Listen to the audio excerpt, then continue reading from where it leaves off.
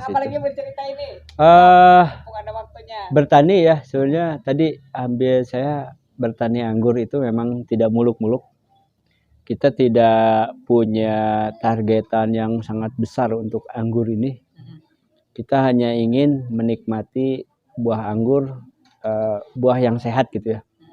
Buah yang sehat artinya kita tadinya makan anggur, inginnya kita sehat, tapi ternyata didapatkan ya di pinggir jalan. Misalnya kita nggak tahu kenapa sangat awet sekali. Padahal saya selalu kalau cek metik dari sini 3 hari masih bagus, keempatnya udah layu, seminggu udah busuk gitu. Jadi kalau lihat ini kan yang import anggur import loh, kok ya pastilah ada sesuatu gitu ya. Nah makanya tadi saya sampai untuk menjamin mutu ini saya labkan, Mbak. Jadi jangan khawatir ini. Di sini satu-satunya mungkin kebun anggur yang sudah melabkan hasil anggurnya, bukan itunya. Jadi dari mulai tanah kita labkan.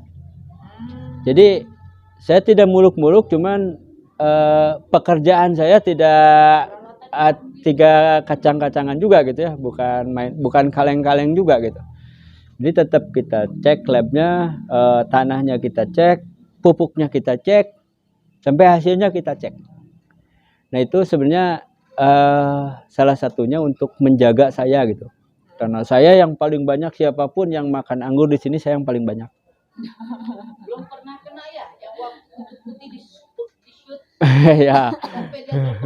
Ya kan, itu percobaan obat juga kita uji cobakan, obat yang dari organik sampai kimia kita uji cobakan. Kita mungkin ke depan saya mau bikin 1 lab di sini, 1 lab khusus anggur. Itu untuk tadi hama, penyakit buah, sampai nanti ada produk olahan, Mbak. Kita sudah bikin jus anggur. Kita sudah bikin selai anggur. Ya. Kismis. Kismis sebenarnya alami aja sih, tinggal dijemur.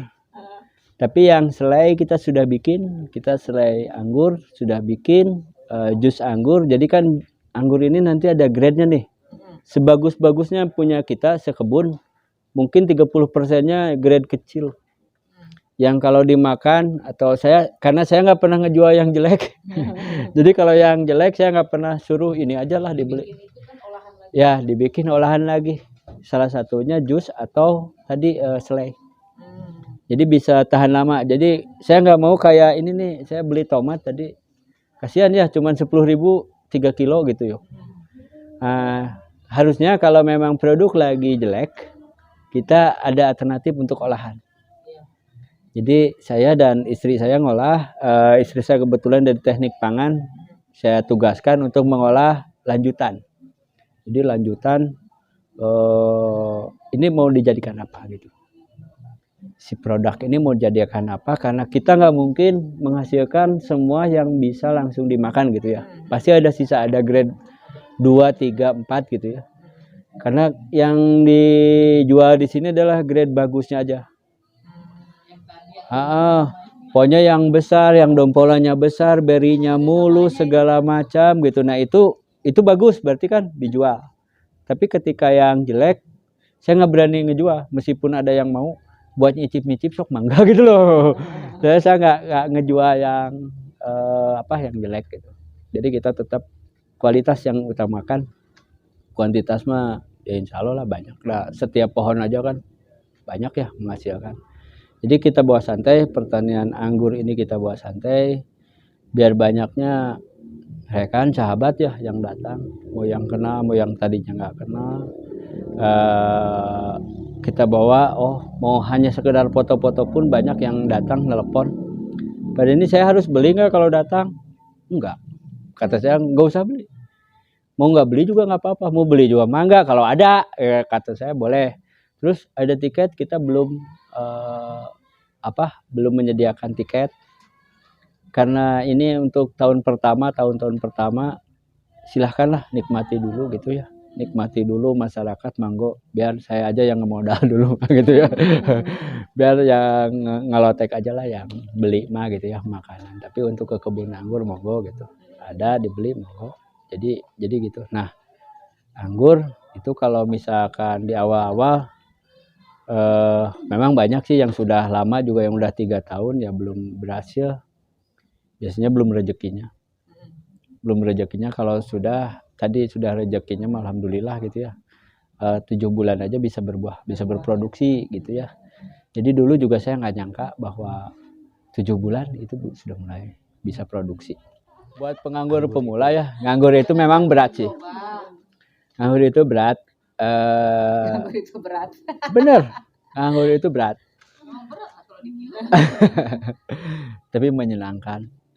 Anggur itu menyenangkan, terus gali bahwa potensi kita di tempat kita itu bisa, tapi memang tantangannya di Indonesia ini lebih berat. Dengan cuaca yang misalkan kita nggak pernah kering sampai 2 minggu.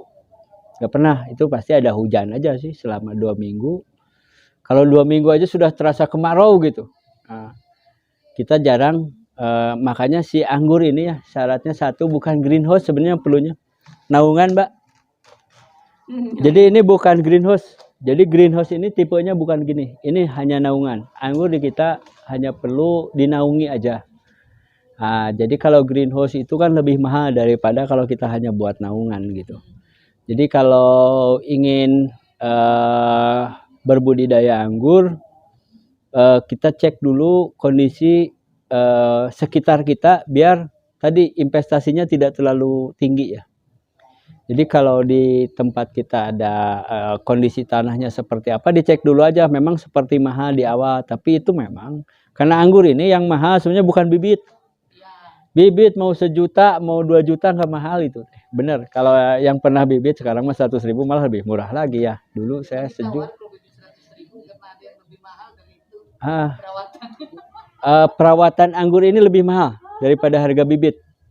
Nah, makanya merawatnya ini yang lebih susah daripada sekedar membibit gitu ya. Sekedar membibit. Kalau membibit tadi saya ngajarkan 1-2 kali, pada bisa langsung. Di rumahan pada bisa ngebibit, tapi untuk membudidayakan ini yang unik anggur di kita ya. Nah, kalau dulu memang belum ada info sampai produktivitas, sampai rasa. Sekarang kita sudah mulai ada info untuk produktivitas, untuk rasa, untuk ukuran gitu kan. Itu akan lebih memberikan lagi ya kemudahan lah untuk yang lainnya. Memang saya tidak selalu umbar di medsos, karena saya harapkan ini bukan materi yang istilahnya bisa diserap, ditulis hanya beberapa kata panjang tuh ya. Ini bisa seminggu kalau wawancara gitu. Tadi kan rencananya 5 menit, udah sejam. Udah sejam. Memang tadi ya baru cangkangnya aja sudah lama gitu. Apalagi detailnya nanti. Jadi ada beberapa kita masih uji coba, beberapa serum, beberapa hormon itu untuk jadi saya mainnya bukan kimia, biasanya enzim, hormon yang dihasilkan oleh tanaman lain. Misalkan membuahkan nih, itu terus terang kita tidak pakai MKP KNO, Mbak. Kalau misalkan Mbak selama ini tahunya kalau membuahkan harus pakai KNO3 MKP. Di sini saya enggak. Terus terang saja enggak. Saya pakainya enzim, beberapa hormon itu untuk membuat pembuahan gitu, tetap merangsang pembuahannya bagus. Tadi konsepnya tetap ke alami, ke organik, biar buah yang kita makan itu memang tercapai gitu tujuannya, bahwa kita makan buah harus yang sehat. Jadi tadi metik aja, kalau ada yang teman saya punya tanaman tukang tewani, saya mah metik langsung makan, karena saya tahu disemprot apa gitu. Oh, saya mah berani kan. Saya berani, cuman kalau misalnya kotor gini-gini aja dulu lah, kotornya kan saya berani gitu. Karena saya tahu SOP-nya juga di sini kalau menjelang matang itu selalu dicuci. Tuh dicucinya pakai saringan, Mbak. Saringannya pakai reverse osmosis. Itu. Jadi anggur ini dia kalau kena zat besi, kan di air sumur kita rata-rata ada besi ya kayak karatan. Ke anggur ini kena. Makanya kalau ingin anggurnya kinclong tuh harus disaring. Pakai saringan air ya. Itu bisa langsung diminum sebenarnya dari kerannya juga. Jadi kalau misalkan yang nyiram tuh airnya masih kebanyakan ya, ada yang kuning kayak gitu kan. Ah, Makanya lebih bagus kalau pakai Balikpapan kan Ya. ada kuning ya. Teh di sana. Ya kayak air teh kan, air gambut, Nah, itu bisa menjadi penyebab buahnya juga kurang bagus burik ya. ya. Nah, Makanya di sini untuk khusus buah, pencucian buah itu yang sudah disaring dengan sistem 3 saringan. Jadi karbon sampai dia partikel-partikel lainnya. Ini bukan gagayan, murah kok. Cuman berapa ya itu teh? 300 ribuan plus ganti saringan setiap 1 bulan harganya 30.000 lah. 3 saringan. Jadi itu tuh sisa-sisanya tuh saringan tuh yang gitu tuh bulat-bulat itu. Nah itu setiap 1 bulan kita ganti.